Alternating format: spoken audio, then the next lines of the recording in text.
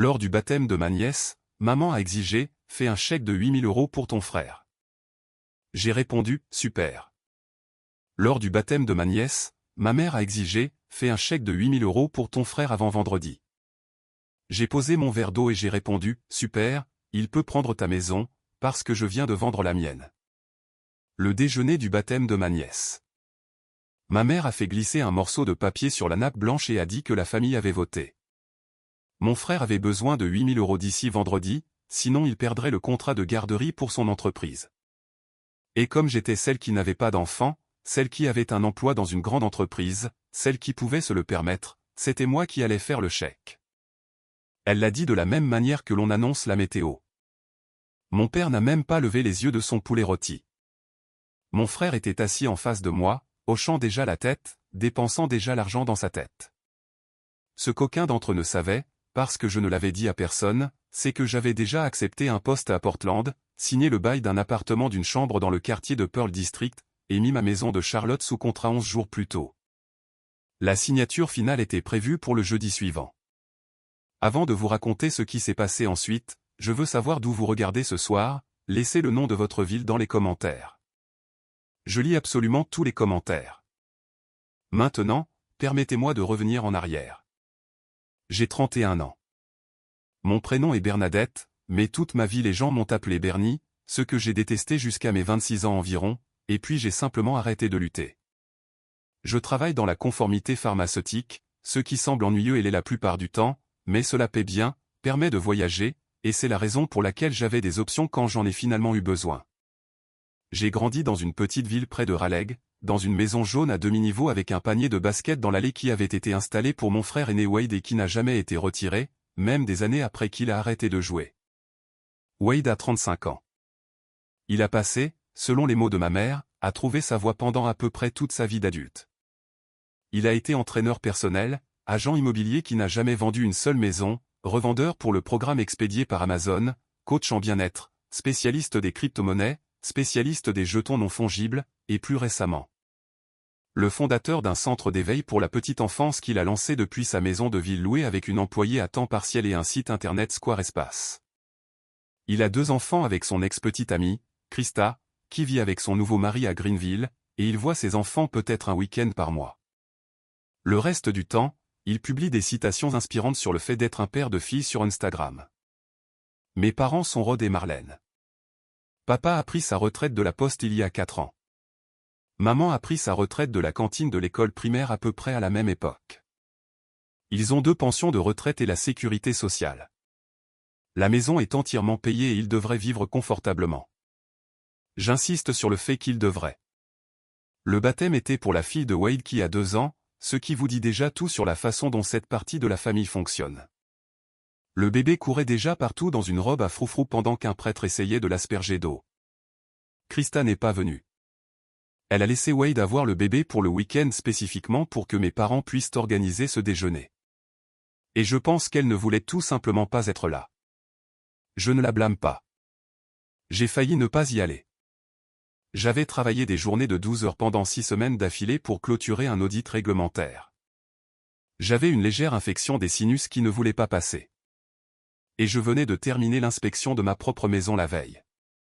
Mon agent immobilier m'avait appelé ce matin-là pour confirmer que les acheteurs n'avaient aucune condition suspensive. Tout était en ordre. La dernière chose que je voulais était de supporter un des déjeuners de ma mère, mais c'était le baptême du bébé. Et je m'étais dit, quelque part entre la 2e offre sur ma maison et la lettre d'embauche signée pour le poste à Portland, que je leur donnerais une dernière chance, un dernier événement, un dernier repas. S'ils pouvaient être normaux pour un seul dimanche, si Wade pouvait être un être humain pendant 2 heures, je leur parlerais de Portland en personne comme on est censé le faire, je les laisserais être tristes à ce sujet. Je laisserais ma mère pleurer un peu. Nous nous serrerions dans les bras. J'appellerais depuis mon nouvel endroit. C'était le plan avec lequel j'ai conduit jusque-là. Je me suis garé dans l'allée juste avant midi. Le panier de basket était toujours là, le panneau décoloré, sans filet. Il y avait 3 voitures devant moi, ce qui signifiait que tante Gina était déjà là, ce qui signifiait que maman cuisinait depuis 2 jours et serait en mode représentation. J'ai vérifié mon visage dans le rétroviseur. J'avais l'air fatigué. Je suis fatigué, ai-je dit à mon reflet. C'est permis. Quand je suis entré, ma mère était dans la cuisine en train de disposer des œufs farcis dans le même plat en cristal qu'elle a utilisé toute ma vie. Elle ne s'est pas retournée. Tu arrives juste à temps, a-t-elle dit. Je lui ai dit midi. Il était 11h58. Où est Wade, ai-je demandé. Dans le salon avec le bébé. Ne le dérange pas. Elle vient juste de se coucher pour sa sieste. Je suis allé dans le salon. Wade était sur le canapé, sur son téléphone. Le bébé ne faisait pas la sieste. Le bébé était assis par terre et tirait les boîtes de films de l'étagère. Wade a levé les yeux. Bernie. Et, tu peux la prendre? Je suis en plein milieu de quelque chose. Je l'ai prise. Je me suis assise par terre avec elle et nous avons empilé les boîtes de films. Elle était chaude et sentait le shampoing pour bébé. Et j'ai senti l'angoisse se dissiper juste un petit peu. Comme c'était toujours le cas avec les enfants. Ils étaient la seule chose dans cette maison qui ne voulait rien de moi. Nous avons mangé à 13h. Tante Gina, son mari Larry, mes parents, Wade, le bébé dans sa chaise haute, et moi. Papa a dit le bénédicité, mentionnant le cheminement spirituel du bébé avec une absence totale d'ironie. Maman a fait passer le plat de poulet. Larry a fait une blague sur la météo. Tout était très normal, ce qui aurait dû être mon premier avertissement car rien dans cette maison n'est jamais normal gratuitement. Le papier est sorti entre le plat principal et le dessert. Ma mère l'avait plié en 3, glissé à côté de son verre de vin. Elle l'a pris, l'a déplié lentement, l'a lissé avec le bord de sa main, et l'a fait glisser sur la table vers moi. Nous en avons discuté, a-t-elle dit. Ton père et moi, ainsi que ton frère, nous avons pris une décision. Je n'ai pas touché le papier. À propos de quoi? À propos de Wade. À propos du centre. Wade est intervenu rapidement, comme il le faisait toujours quand il voulait contrôler la présentation des choses. Bernie. Écoute, ce n'est pas grand-chose. Il y a une question de licence. L'État veut que nous ayons certaines certifications et une mise aux normes des installations avant de renouveler notre permis de garderie. Si nous ne l'avons pas d'ici vendredi, nous perdons le contrat pour l'automne. Et si nous perdons l'automne, nous n'irons pas jusqu'au printemps. Ce n'est pas mon problème, ai-je dit. Je l'ai dit doucement. J'espérais encore que c'était autre chose. Chérie, regarde le papier, a dit ma mère. J'ai regardé le papier. C'était une liste manuscrite. Avec son écriture en haut, il était écrit « Besoins immédiats de Wade ». En dessous, dans une colonne, frais de certification 1400 €. Rénovation des locaux 3000 €. Rétroactivité d'assurance 1100 €. Prime de fidélisation du personnel 1500 €. Rétroactivité d'assurance 1100 €. Relance marketing 800 €. Une ligne en bas, total 8000 €. À côté du total, avec une écriture différente, en lettres d'imprimerie carrées comme celle de mon père, quelqu'un avait écrit « Bernie couvre le net sous 7 jours ». Je l'ai lu 2 fois. La pièce est devenue très silencieuse. Tante Gina a soudainement développé un intérêt intense pour sa serviette. « Vous voulez que je donne 8000 € à Wade, ai-je dit. Pas donner, a dit ma mère. Couvrir, investir, appelle ça comme tu veux. Il te remboursera quand le centre se stabilisera, d'ici vendredi. D'ici vendredi. J'ai posé le papier.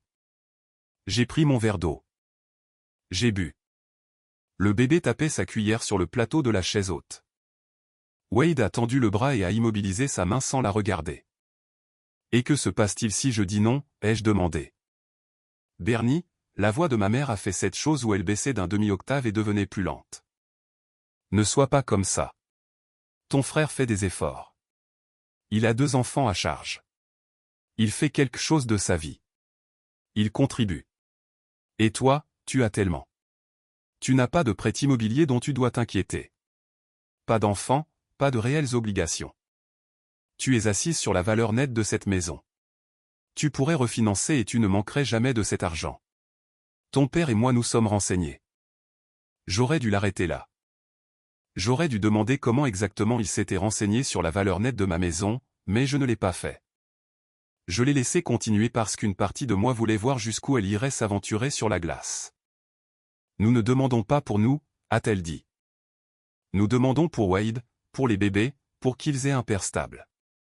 Pour que cette famille reste une famille. C'est ce que font les familles, Bernie. Elles sont là. Et en ce moment, avec tout ce qui se passe, nous avons besoin que tu sois là. Que se passe-t-il exactement, ai-je dit. Elle a jeté un coup d'œil à mon père. Il s'est raclé la gorge. Ta mère et moi sommes nous-mêmes dans une situation difficile, ma chérie. Les taxes foncières, les soins de santé. Nous ne pouvons pas être la banque cette fois-ci. Tu as été la banque pour Wade. Nous aidons quand nous le pouvons, a ajouté ma mère rapidement. Mais c'est un chiffre plus important et tu es mieux placé. J'ai regardé Wade. Il mangeait. Il mangeait vraiment, comme si c'était la conversation de quelqu'un d'autre. Le poulet dans son assiette, la sauce sur ses pommes de terre. Il n'avait pas croisé mon regard une seule fois depuis que le papier était sorti. J'ai remarqué sa montre. Elle était neuve. Pas neuve comme une montre de luxe. Mais le genre de montre qu'un homme achète quand il a 800 € à dépenser pour une montre au lieu de payer des frais de certification. Wade, ai-je dit. Il a levé les yeux. Qu'est-ce que l'État a dit exactement? Montre-moi la lettre. Je ne l'ai pas sur moi. Tu n'as pas la lettre qui te coûte un contrat vendredi. Elle est à la maison. Transfère-moi le courrier électronique. Il a hésité. Bernie, allez. Tu fais là. Transfère-moi le courrier électronique tout de suite depuis ton téléphone. Il y a eu un long silence. Ma mère est intervenue. Bernadette, ça suffit. Ton frère n'est pas un enfant. Tu n'as pas à l'interroger. Il demande 8 000 €. Et la famille a convenu que c'était la bonne chose à faire. Je n'ai pas convenu de cela. La famille a voté, ma chérie. Elle a dit cela avec un visage parfaitement impassible. La famille a voté. 3 d'entre eux, à un moment donné pendant la semaine, dans une pièce où je n'étais pas, avaient décidé comment mon argent allait être dépensé. J'ai senti la migraine que je repoussais depuis le matin appuyée derrière mon œil gauche. J'ai pris une lente inspiration. J'ai pensé à ma date de signature finale. J'ai pensé au camion de déménagement pour lequel j'avais déjà payé un acompte. J'ai pensé au bail à Portland, à l'appartement que j'avais vu lors d'une visite vidéo, à la façon dont la lumière du matin entrait par la fenêtre de la cuisine dans cette vidéo, et comment l'agent avait dit que l'on pouvait voir le mont Hood par temps clair.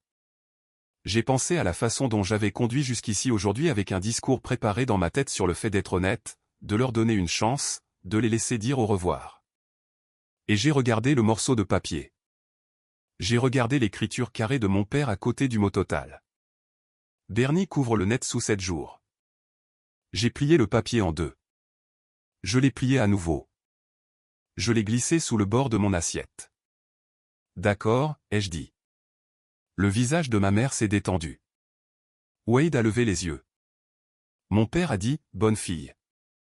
Maman, pendant que nous parlons logistique, ai-je dit en gardant un ton de voix calme. Où imagines-tu que Wade va exploiter le centre à long terme? Comment ça?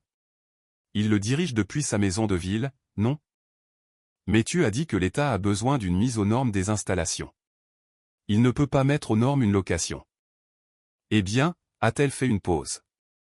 Nous avons parlé du fait qu'il déplacerait éventuellement l'activité dans un vrai local. Un vrai local qui serait où? Bernadette, pourquoi est-ce que tu? Parce que si j'investis 8 000 €, j'aimerais savoir dans quoi j'investis. Un plan d'affaires, un emplacement. Wade est intervenu. Nous pensions à aménager le sous-sol chez papa et maman à long terme. J'ai hoché la tête lentement. Le sous-sol de la maison de maman et papa. C'est un grand espace, a dit ma mère. Il a juste besoin d'un peu de travail et il vivrait là aussi pendant qu'il le gère, juste jusqu'à ce que les choses se stabilisent, a-t-elle dit. J'ai pris ma fourchette.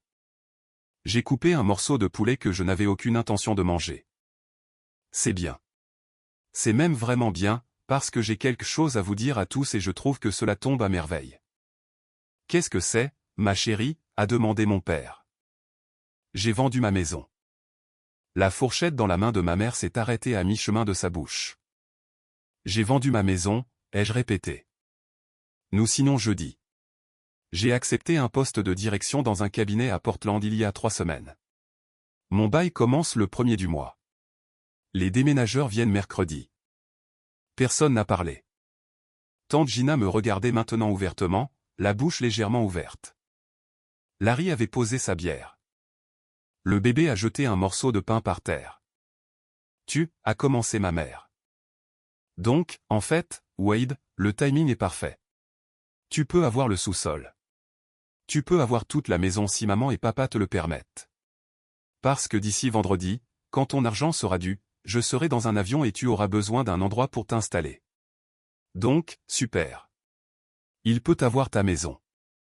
Je viens de vendre la mienne. Bernie, a dit mon père. Il était devenu rouge au visage. La couleur est montée dans son cou comme un thermomètre. Qu'est-ce qui ne tourne pas rond chez toi, au nom de Dieu? Rien ne tourne pas rond chez moi, papa. Tu as vendu la famille. Tu as vendu ta maison. Et tu n'as même pas. Ce n'était pas la maison de la famille.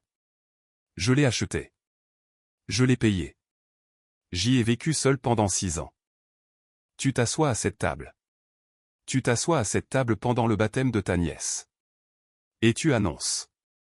Tu m'as tendu une facture, papa. Pendant le baptême de ta petite fille, tu m'as tendu une facture de 8 000 € et tu m'as demandé de couvrir la garderie en faillite de Wade. Je ne fais que répondre. Je dis simplement oui aux parties de votre plan auquel je peux dire oui. Les yeux de ma mère étaient humides, mais ce n'était pas le genre d'humidité qui vient de la tristesse. C'était le genre qui vient du fait d'être prise en flagrant délit. Depuis combien de temps prévois-tu cela? 6 mois, a-t-elle dit. 6 mois. Oui. Et tu ne nous l'as pas dit. Je vous le dis maintenant. Pourquoi fais-tu ça à ton frère, a-t-elle dit. Il commence tout juste à se remettre sur pied. Il a des enfants. Il a des enfants depuis 4 ans, maman. Il commence tout juste à se remettre sur pied depuis 10 ans. Wade a finalement parlé. Tu ne peux pas déménager à Portland. Pourquoi pas? Parce que je. Et les enfants? Ta nièce. Tu ne veux pas faire partie de sa vie? Je vais faire partie de sa vie. Je vais l'appeler. Je la ferai venir en avion quand elle sera assez grande.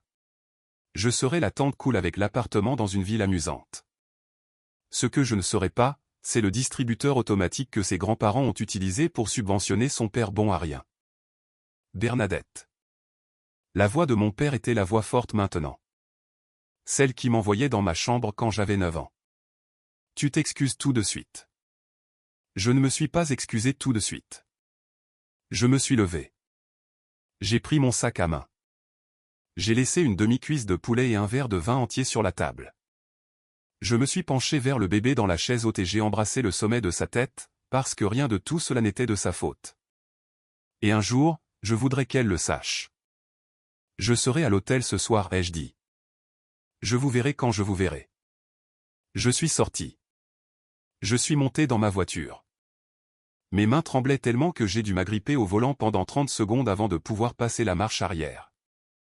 J'ai conduit pendant environ 5 km jusqu'à une station-service, je me suis garé à l'arrière, et j'ai commencé à pleurer. Pas de tristesse, d'adrénaline.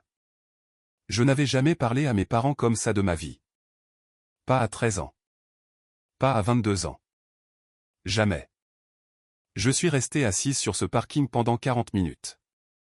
Et plus je restais assise là, plus quelque chose commençait à me tracasser. Rétroactivité d'assurance. C'était une expression étrange. On ne rend pas une assurance rétroactive pour une certification de routine. On rend une assurance rétroactive quand quelque chose s'est passé et que l'on n'était pas couvert pour cela. J'ai appelé une fille avec qui j'enseignais à l'école du dimanche, nommée Teresa, qui avait travaillé au bureau des licences du comté pendant quelques années. Nous n'étions plus proches, mais nous nous envoyions toujours des messages pour nos anniversaires.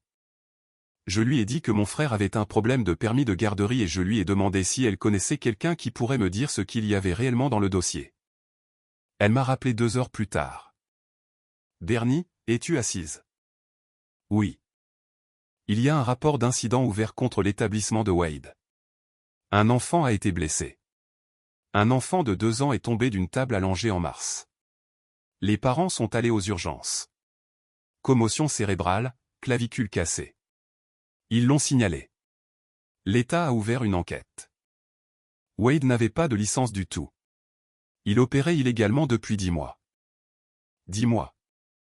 Il n'a jamais eu de permis, Bernie. Il n'y a pas de renouvellement. Il n'y en a jamais eu. L'État ne lui demande pas de faire des mises aux normes.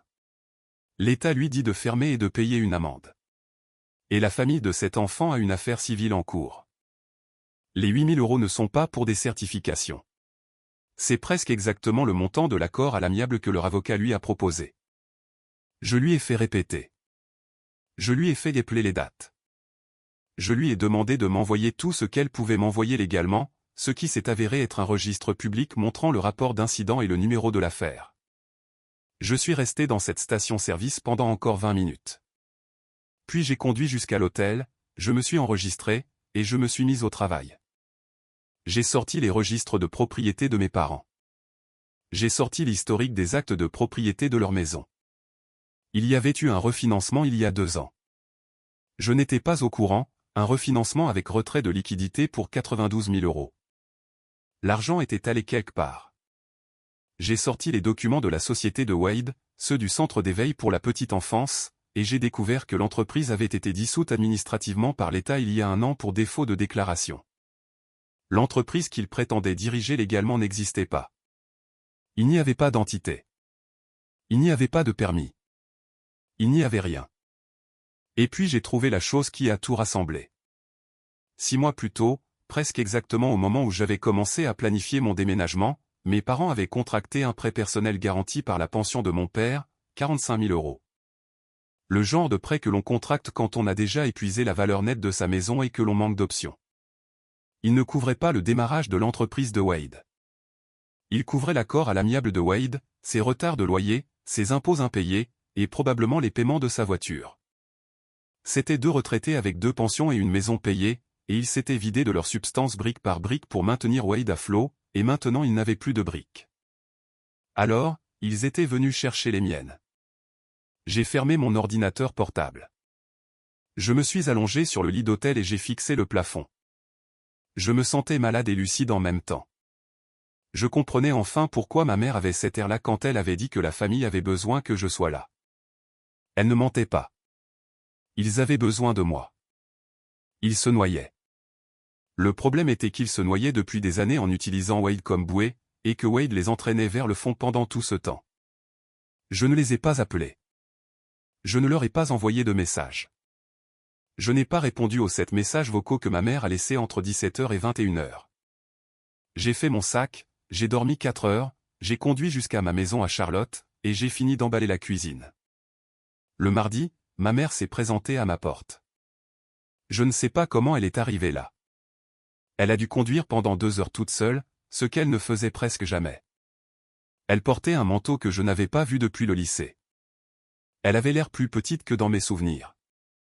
Je l'ai laissée entrer parce qu'il y avait des inconnus qui marchaient dans la rue avec des cartons de déménagement, et je ne voulais pas faire de scène. Elle se tenait dans mon salon vide. Les œuvres d'art n'étaient plus au mur. Le canapé était enveloppé dans du plastique. « S'il te plaît » a-t-elle dit. « S'il te plaît, nous avons juste besoin d'un peu d'aide. Juste assez pour nous aider à passer ce trimestre. Je suis au courant pour l'accord à l'amiable, maman. » Elle a pâli. Je sais qu'il n'y a pas de permis. Je sais qu'il n'y en a jamais eu. Je suis au courant pour le refinancement et le prêt sur la pension de papa. Je sais tout. Elle s'est assise sur un carton de déménagement. Elle n'a pas pleuré. Elle est juste restée assise là. C'est notre fils, a-t-elle dit finalement. Que étions-nous censés faire? Vous étiez censé le laisser faire face aux conséquences il y a 20 ans, il y a 10 ans, il y a 5 ans, l'année dernière, cette année. Chaque année, vous ne l'avez pas fait. Vous avez aggravé les choses. Et vous avez dépensé votre retraite et la pension de papa. Et maintenant vous avez essayé de dépenser la mienne. Et vous ne m'avez même pas dit pourquoi c'était. Vous m'avez laissé croire que c'était des frais de certification. Tu n'aurais pas dit oui pour un accord à l'amiable. C'est vrai, maman. Je n'aurais pas dit oui. Elle n'a rien dit pendant un long moment. Puis elle a dit, que sommes-nous censés faire maintenant? Je ne sais pas, ai-je dit. Et je le pensais vraiment. Je ne sais vraiment pas. Mais ce n'est pas à moi de trouver la solution. J'ai essayé pendant 31 ans de tout résoudre pour tout le monde dans cette famille. Et la seule chose que cela m'a apporté, c'est de me rendre malade. J'ai fini. Elle est partie. J'ai regardé sa voiture tourner au coin de la rue. Je n'ai pas pleuré. Je suis retourné fermer mes cartons avec du ruban adhésif. Wade a essayé quelque chose de différent. Le mercredi matin, la veille de ma signature finale, le département des ressources humaines de mon entreprise a reçu une dénonciation anonyme disant que j'avais détourné des fonds d'une entreprise familiale et que je fuyais l'État. Il se trouvait que j'étais en excellent terme avec notre responsable de la conformité parce que nous avions travaillé sur l'audit ensemble. Et quand elle m'a appelé, elle riait presque. Bernie, quelqu'un ne veut vraiment pas que tu prennes ce poste à Portland. Je lui ai envoyé le dossier de l'affaire de Wade, mes documents de clôture, la dissolution de l'entreprise, tout a été rejeté en moins d'1 heure. Mais le fait qu'il l'ait fait, qu'il ait essayé de détruire ma carrière pour mettre la main sur mon argent, est resté sur ma poitrine comme une pierre. J'ai pris l'avion pour Portland le jeudi soir avec 2 valises et un aller simple. La signature a eu lieu ce matin-là. Le virement est arrivé sur mon compte à 13 heures. J'étais dans les airs à 19 heures. Mon premier week-end dans le nouvel appartement, je n'ai pas défait mes valises. J'ai acheté une cafetière, un matelas posé à même le sol, une poêle, et une seule fourchette. Je dormais 12 heures par nuit. Je marchais jusqu'à la rivière. J'ai mangé dans un restaurant thaïlandais en face de chez moi 4 soirs de suite parce que je n'arrivais pas à comprendre comment fonctionnait ma cuisinière. Je n'ai pas donné mon adresse à mes parents. Je ne leur ai pas dit que j'avais atterri. 3 semaines plus tard, ma cousine Ryan a appelé. C'est la fille de tante Gina, celle qui est assistante juridique à Asheville. Elle était au baptême. Elle avait vu le papier. Bernie, a-t-elle dit. Je dois te dire quelque chose. Je ne devrais pas, mais je dois le faire. L'accord s'était transformé en jugement par défaut parce que Wade n'avait jamais répondu. La famille de l'enfant blessé avait obtenu 46 000 €, ce qui, ajouté à la dette existante et aux amendes, allait absorber le reste des liquidités de mes parents. Il était question dans la famille d'une saisie immobilière sur la maison. La pension de mon père était déjà saisie. Ma mère avait discrètement postulé pour un emploi à l'accueil d'un cabinet de chiropracteur. Wade avait emménagé dans leur sous-sol. Il avait apporté une valise et le parc de jeux du bébé. Krista avait déposé une demande de modification de la garde et allait probablement gagner. « Est-ce que tu vas bien ?» a demandé Ryan. « Je crois que oui, ai-je répondu. Et toi ? » « Oui, ça va. » Bernie. « Je veux te dire quelque chose. » « D'accord. Tu as fait ce qu'il fallait. Je sais que tout le monde dans cette famille va passer les 10 prochaines années à te dire le contraire, mais tu l'as fait. Je n'ai rien dit pendant une seconde. Puis j'ai dit, merci. Je viens à Portland en mai. Est-ce que je peux dormir sur ton canapé? Je n'ai pas encore de canapé. J'apporterai un matelas gonflable. Cela fait presque 1 an maintenant. Les appels téléphoniques de ma mère ont diminué. Les messages de mon père se sont arrêtés après qu'il a essayé en novembre de me faire virer de l'argent pour la facture de la taxe foncière, et que je n'ai pas répondu. Wade ne m'a pas contacté du tout, ce qui est la chose la plus proche d'un cadeau qu'il m'ait jamais fait. J'envoie une carte à ma nièce pour son anniversaire et un cadeau à Noël. Je n'envoie rien à personne d'autre. J'ai une thérapeute ici. C'est une femme de mon âge avec une voix douce et un tout petit bureau au 2e étage d'un immeuble dans le nord-ouest de Portland. Nous avons travaillé sur ce qu'elle appelle l'enfant parentifié, qui est le terme pour désigner ce qui se passe quand on grandit en étant la personne responsable dans une famille qui avait besoin d'un adulte responsable et qui n'en avait pas. Elle dit que cela va prendre du temps. Elle dit qu'il a fallu 31 ans pour le construire, alors je devrais me donner plus de 31 semaines pour le déconstruire. Je pense parfois à ce baptême. Je pense au papier plié en 3 glissant sur la nappe blanche. Je pense à la confiance qu'ils avaient tous dans le fait que j'allais dire oui. À combien de fois j'ai dû dire oui auparavant, de manière plus modeste, pour qu'ils soient aussi sûrs d'eux. Il y a quelques dimanches, je me suis préparé un vrai petit déjeuner. Des œufs, du pain grillé, du café, la totale. Je me suis assise à la table de ma cuisine près de la fenêtre. Le soleil était vraiment de la partie, ce qui, à Portland en mars, est en soi une sorte de miracle. Je pouvais voir un bout du mont Hood, comme l'agent me l'avait promis. Mon téléphone n'a pas sonné une seule fois. J'ai pris une longue gorgée de mon café. J'ai repensé à ce que ma mère avait dit à cette table. La famille a voté, et j'ai réalisé, assise là seule avec les œufs, la lumière et la montagne, que j'avais voté aussi. J'avais voté avec ma maison, mon travail, mon billet d'avion et une pliure dans un morceau de papier. Je ne leur avais juste pas dit que mon bulletin était dans l'urne. Il s'avère que l'on ne doit un oui à l'année à personne. Pas même aux personnes qui vous ont élevé. Surtout pas aux personnes qui vous ont élevé pour ne jamais dire non. J'ai fini mon café. J'ai rincé ma tasse. Je l'ai mise dans l'égouttoir pour qu'elle sèche. Et puis je suis allé me promener. J'ai repensé à ce déjeuner de baptême 1000 fois depuis que j'ai déménagé à Portland. Et la chose qui m'atteint encore n'est pas le papier ou le chiffre écrit dessus. C'est la confiance qu'ils avaient. Ma mère a fait glisser cette liste sur la nappe de la même manière que l'on tendrait à quelqu'un un reçu qu'il doit déjà payer. Elle ne demandait pas. Elle n'exigeait même pas vraiment. Elle recouvrait une créance. Et la seule raison pour laquelle elle pouvait faire cela, la seule raison pour laquelle tout cela a fonctionné aussi longtemps que ça l'a fait, c'est parce que pendant 31 ans, j'avais fait des dépôts sur un compte que je ne savais pas avoir ouvert. Chaque fois que je conduisais Wade quelque part, chaque fois que je réécrivais sa lettre de motivation, chaque fois que je disais « c'est bon. Je m'en occupe ». Je leur apprenais exactement à quoi s'attendre de ma part. Alors, quand la facture est finalement arrivée à échéance, ils n'étaient pas cruels. Ils étaient cohérents. C'est moi qui ai changé les conditions. Je pense beaucoup aux causes et aux effets maintenant. Ma thérapeute en parle différemment. Elle utilise des mots comme schéma et conditionnement. Mais au fond, c'est juste cela. Chaque choix plante quelque chose. Mes parents ont choisi année après année de protéger Wade du poids de sa propre vie. Et ce que fait ce poids, quand on empêche quelqu'un de le porter, c'est qu'il ne disparaît pas. Il devient juste plus lourd. Et à un moment donné, quelqu'un va devoir le soulever. Et ce n'est presque jamais la personne qui l'a posé.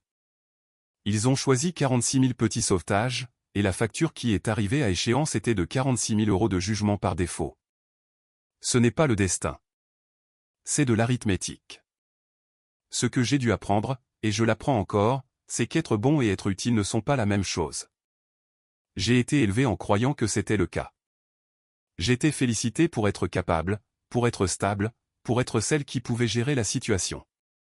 Et quelque part en cours de route, j'ai confondu ces éloges avec de l'amour. Et j'ai commencé à me dépenser de la même manière que Wade dépensait la valeur de la maison de mes parents, par de petits retraits qui semblaient gérables, jusqu'à ce que soudainement le compte soit vide.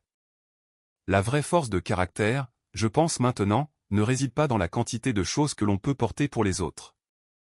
Il s'agit de savoir quand le fait de porter quelqu'un est en fait en train de l'écraser, et d'être assez honnête pour le reposer à terre. C'est ce que je devais à Wade, pas les 8 000 €. La vérité. Et la vérité était que chaque fois que quelqu'un le rattrapait, il apprenait qu'il n'avait pas besoin de se réceptionner. La force. Le genre qui dure n'est pas bruyant. Elle a pris la forme de 6 mois de planification silencieuse.